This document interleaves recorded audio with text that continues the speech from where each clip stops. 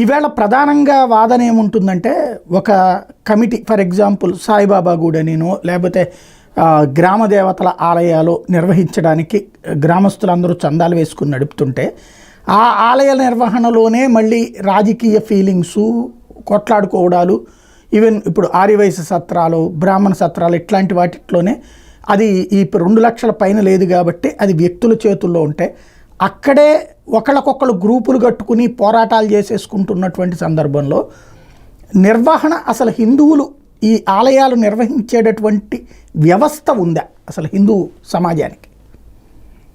హిందూ సమాజాన్ని 2 రకాలుగా విభజన చేస్తున్నారండి దేవాలయాల ద్వారా. ఇవాళ హిందువులు కూడా మేము హిందువులం కాదు, మేము మైనార్టీలము, మా దేవాలయాలు మా చేతిలో ఉంచడం రామకృష్ణ మిషన్ సుప్రీంకోర్టుకు వెళ్ళి చివాట్లు తిన్న పరిస్థితి చూసాం మనం.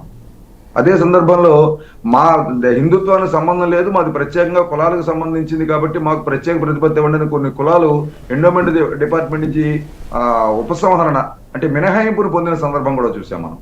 ఇది ఒక రకం అయితే, రెండవది దేవాలయాల్లో ఇందాక మనం అనుకున్నట్టు ప్రాక్టీసింగ్ హిందువులు లేని కారణంగా దేవాలయము తన పెత్తనంగా భావిస్తూ రాజకీయ ప్రాభవం కోసం అక్కడ తనకి ఆ సరైన వాతావరణం ఉండదేమో అనే ఉద్దేశంతో చక్కగా నిర్వహణ చేస్తున్న దేవాలయాలు కూడా రాజకీయ నాయకులు వెళ్ళి పెడుతున్నారు. అందువల్లే ముసాయిదా చట్టంలో మేము తయారు చేసిన దాంట్లో హిందూ దేవాలయ వ్యవస్థకి యజమాని ఎవరు అంటే హిందూ ధార్మిక పరిషత్తే ఉంటుంది. కాబట్టి వాళ్లే యజమానులు. కాబట్టి యావత్ హిందూ సమాజం యజమానులు అంటే వాళ్ళు ప్రతినిధులు మాత్రమే. ఏదైనా ఒక విషయం వచ్చినప్పుడు కేంద్ర స్థాయిలో ఒక వ్యవస్థ ఉంటుంది, రాష్ట్ర స్థాయిలో ఒక వ్యవస్థ ఉంటుంది, అలాగే జిల్లా స్థాయిలో ఒక వ్యవస్థ ఉంటుంది, స్థానికంగా ఉన్నటువంటి దేవాలయంలో నిర్వహణ కమిటీ ఉంటుంది.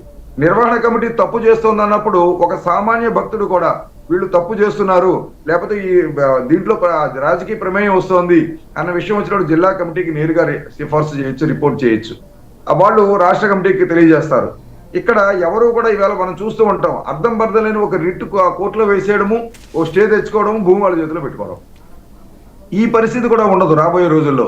ఈ చట్టం కనుక అమలు చేస్తే, హిందూ పరిషత్ తయారు చేసిన ముసాయిదా బిల్లు ప్రకారము ఈ చట్టం అమలు చేస్తే దేవాలయాలకు సంబంధించిన ఏదైనా విషయం వచ్చినప్పుడు అది జిల్లా స్థాయిలో ట్రిబ్యునల్లో అప్లై చేసుకోవాలి.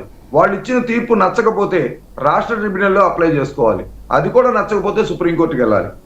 అప్పుడు ఈ కోర్టుల ద్వారా కాలయాపన చేసే ప్రయత్నం చేసేటటువంటి దుర్మార్గమైన ఆలోచనలు కూడా బ్రేక్ పడుతుంది.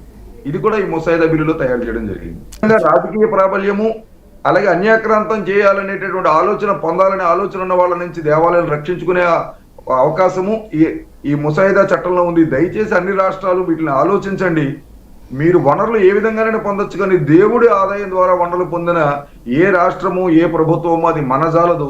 కాబట్టి ఇది హిందువుల యొక్క శాపానికి గురవుతుంది, ఆగ్రహానికి కూడా గురవుతుంది. కాబట్టి ఇది సరైన సమయము. ఎంతవరకు ఏం జరిగింది అనేది మనం ఏమి చేయలేము. ఇప్పుడు జరగబోయే దాంట్లో అన్ని పార్టీలు, అన్ని ప్రభుత్వాలు, అన్ని రాష్ట్రాలు ముందుకు రావాలి, కేంద్రం ముందుకు రావాలి. ఇది ఒక ప్రభుత్వం రాష్ట్రానికి సంబంధించిన అంశం కాదు, ఇది జాతీయ అంశము. వెంటనే చట్ట సవరణకి ముందుకు రావాలి.